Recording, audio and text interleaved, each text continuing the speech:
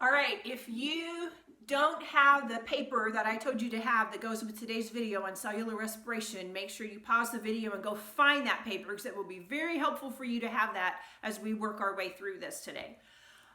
Hold on to your hats because we are about to go on a crazy roller coaster ride through the process of cellular respiration. Now, we talked about the first part yesterday. We said the first stage of respiration is glycolysis. And we said that it takes place in the cytoplasm. And we said that it is an anaerobic reaction, which means that it takes place without oxygen. And we said that in this first step, what happens is we take glucose and we break it down into pyruvic acid, and we have a net gain of 2 ATPs and 2 NADHs. Now, we mentioned that it does take 2 ATPs to get it started, and we said it produces 4 ATPs, but then the net result of that is that I'm going to produce 2 ATPs, so I just have the net reaction up here. Now, technically, I would have had to put in the NAD plus and the H pluses and all that stuff over here. I didn't want to confuse the issue any more than it already is, so I'm just trying to kind of keep things simplified. So we're going to take the glucose, break it down into 2 pyruvic acids, and we're going to come out with 2 ATPs and 2 NADHs. Or basically, we've got 4 high energy molecules that we can then are going to be able to hang on to those and go on to some other steps with them. This is the only step that is anaerobic. Every other stage requires oxygen.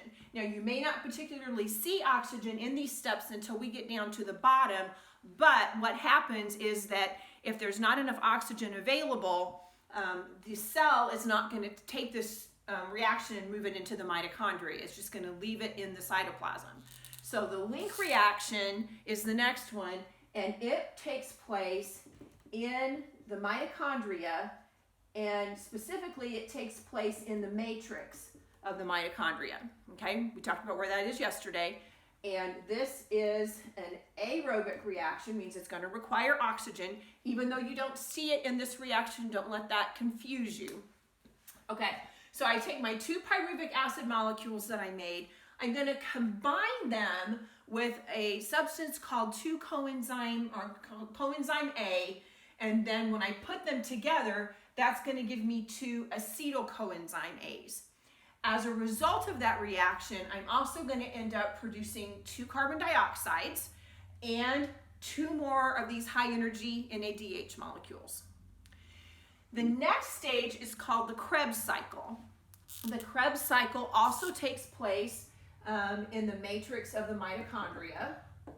So we'll throw that up here, the mitochondria matrix. And it is also an aerobic reaction. Now, the Krebs cycle is actually a whole bunch of cycles all put together. And so what I have up here is the end result. So it's kind of like, remember how we, on this first one, we said, well, I had 2 ATPs here and 4 ATPs here, and I kind of simplified things. Well, this is where I tried to simplify what the Krebs cycle actually does. So I'm taking the acetylcoenzyme A's from the reaction before. I'm combining that with a 24 carbon compound that is available in the cell. So it's a big molecule. It's got 24 carbons in it, plus all the other hydrogens and all the other stuff that might be with it. Once it goes through this series of reactions, here's what I end up producing. 4 more carbon dioxides. I get some ATP. I get some more NADH, which you guys are familiar with these terms already, but now I've got this FADH2. What's that? Well, all you need to know about FADH2 is that it is another way to transport energy from one place to another. It is a high energy carrier, kind of like another rechargeable battery. So I guess basically I have 3 types of rechargeable batteries that I'm recharging here in this process. I spit the 24 carbon compound back out again. I put it in there so that you would realize that it's in there and it's necessary in order to make all these reactions run. Kind of like the Legos. Again, you're going to combine it with this, you're going to rearrange all your Legos, and then when you get done, you're going to have the same thing right back out again. And then you're going to spit out the 2 coenzyme A's that you had before. Then the final stage of the cycle is the electron transport chain, which takes place in the cristae of the mitochondria. So we'll put that up here. And it also is going to be an aerobic reaction. And this electron transport chain in its mechanism is going to look very similar to the one that we already talked about in photosynthesis. If you remember in the light reaction, the electrons were energized and they went from one site to another site to another site, and then they kind of gave off a little bit of energy each time they were transferred. They also ended up taking hydrogen ions and pumping them through a membrane, and then the hydrogen ions flowed back out. They turned an ATP synthase, which combined the ADP and the P together. Okay, we talked about all that in photosynthesis.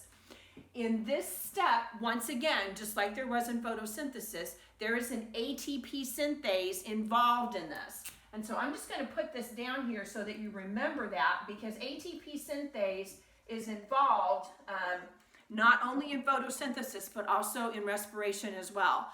We're again pumping hydrogen ions across the membrane, and so the hydrogen ions, when they then will flow a little bit later on from a high concentration to a low concentration, they take this protein, they rotate it, and that allows the ADP and the P to come together to bond and to make ATP.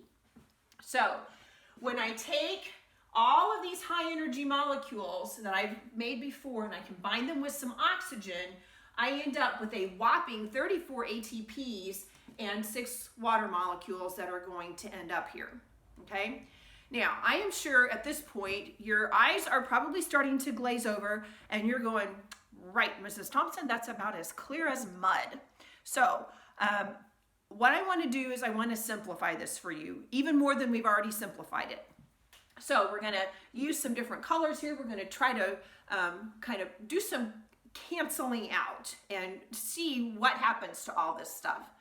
All right, so if I look at the pyruvic acid, I make the pyruvic acid here and I use it down here. So since I've made it and I've used it, I'm going to cancel it out, okay? I'm just drawing a simple line through it. Just mark it out, all right?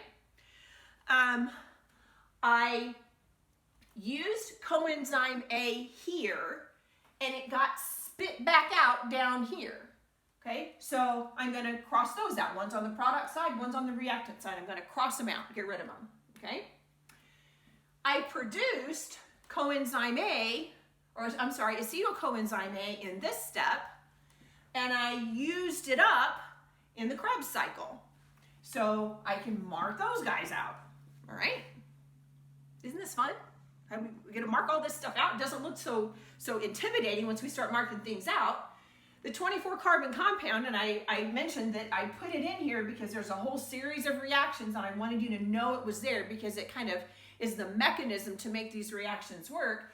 But I stuck it in here and it popped back out over here, so I'm going to cross that 24 carbon compound out. If you notice, on this side, I have 2 NADHs here. I have 2 more here. 2 and 2 is 4, and I have 6 more here. I have 6 NADHs, so 2 plus 2 is 4, plus 6 more is 10. Well, lo and behold, there are 10 that are utilized on this side down here. So guess what? You got it. We can cross all these out. So I cross this out, cross this out, cross this out, and it crosses out with those NADHs there, okay? The FADH2, which remember we said again, that's just another high energy molecule. I produced 2 of them here, but I used them up down here in the next step. So let's cross those out, okay? We get rid of those. Now, what do I have? Here's the important part. When I finally get finished, on the reactant side, I have a glucose molecule. And I have 6 oxygens that I made, okay? On the product side, I have 2 carbon dioxides here, and I have 4 carbon dioxides there, for a total of 6 carbon dioxides, okay? I have 6 water molecules down here. Is this starting to look familiar? On the reactant side, for our overall reaction, I have C6H12O6 plus 6O2. Hopefully that looks really, really familiar, okay? Because there it is. On the opposite side, I have 2 carbon dioxides plus 4 more, so that makes 6 CO2s and 6 H2Os, okay? Now what else do I have?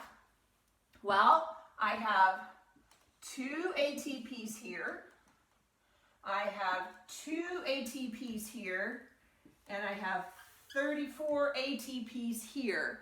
And so that is going to give you a total of 38 ATPs. Now, I do want to point out that this number may vary a little bit. Scientists are finding out, okay, maybe it's not quite 38, maybe it's more like 33, 32, 34. So that number is not always the same, but granted, there's a lot of ATP that is made in this process. What do you need to remember? Well, you need to remember, first of all, that glycolysis is the only anaerobic part of this reaction. Everything else requires oxygen, and everything else takes place in the mitochondria, okay? Glycolysis produces 2 ATPs, and the Krebs cycle produced 2 ATPs. So these two guys produce the same amount of ATP. I don't have any produced in the link reaction by itself. The vast majority of my ATP is produced down here by my electron transport chain, okay? So those are the highlights of this. Again, as you're trying to master this process, what you need to focus on, look at the on your own questions, look at the study guide questions, what are they asking you about? And then if those are the things that they're asking you, then those are the things that you really need to make sure that you understand and have a really good grasp of those concepts.